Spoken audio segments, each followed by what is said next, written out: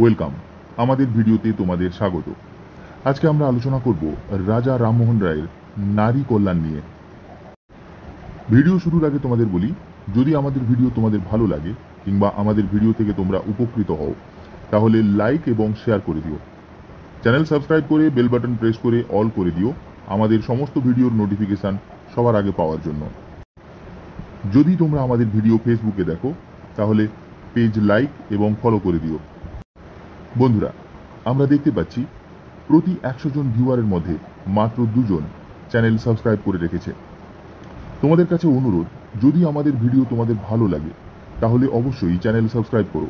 তোমাদের একটা সাবস্ক্রাইব আমাদের আরও ভালো ভিডিও তৈরি করার অনুপ্রেরণা দেয়।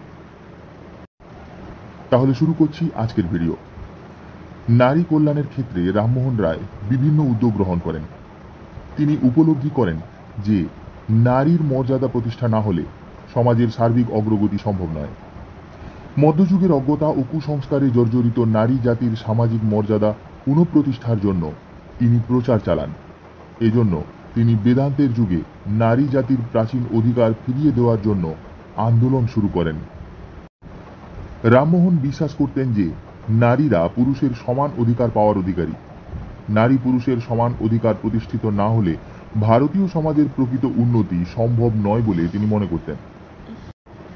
তিনি যাজ্ঞবল্ক্য, কাত্যায়ন, ব্যাস প্রমুখ শাস্ত্রকারের রচনা থেকে উদ্ধৃতি দিয়ে প্রমাণ করেন যে পিতা বা স্বামীর সম্পত্তিতে নারীর অধিকার আছে।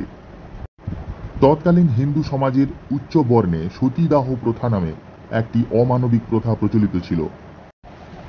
এই প্রথা অনুসারে মৃত স্বামীর চিতায় তার জীবিত স্ত্রীকে পুড়িয়ে মারা হতো।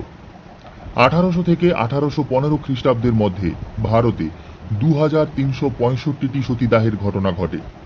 রামমোহন এই নিষ্ঠুর প্রথার বিরুদ্ধে তীব্র আন্দোলন গড়ে তোলেন। তিনি এই প্রথা নিবারণের দাবি জানিয়ে বহু বুদ্ধিজীবীর স্বাক্ষর সংগ্রহ সহ একটি আবেদনপত্র বড়লাট লর্ড উইলিয়াম বেন্টিংকের কাছে পাঠান। শেষ পর্যন্ত বেন্টিং 1829 খ্রিস্টাব্দে আইনের মাধ্যমে সতীদাহ প্রথাকে নিষিদ্ধ ঘোষণা করেন। রামমোহন নারী শিক্ষার প্রসারে গুরুত্বপূর্ণ উদ্যোগ গ্রহণ করেন। তিনি নারী শিক্ষার পক্ষে বেশ কয়েকটি প্রবন্ধ রচনা করেন এবং নারীদের পাশ্চাত্য শিক্ষা গ্রহণকে সমর্থন করেন। অবশ্য গোড়া ব্রাহ্মণদের বিরোধিতার ফলে নারী শিক্ষার প্রসারে রামমোহনের উদ্যোগ খুব বেশি সফল হয়নি। রামমোহন অন্যান্য সংস্কারে বিশেষ সাফল্য লাভ করলেও নারী শিক্ষার বিষয়ে তার দূরদৃষ্টি গ্রহণ করার মতো সামাজিক পরিস্থিতি তখনও তৈরি হয়নি বলে এ কাজে তিনি অবশ্য সাফল্য পাননি। যাই হোক, রামমোহনের প্রয়াসের ফলে সমাজ থেকে বহু কুসংস্কার দূর হয়। ম্যাক্স মুলারের মতে রামমোহনই প্রথম প্রাচ্য ও পাশ্চাত্যের জীবন তরঙ্গের মধ্যে সমন্বয় সাধন করেন।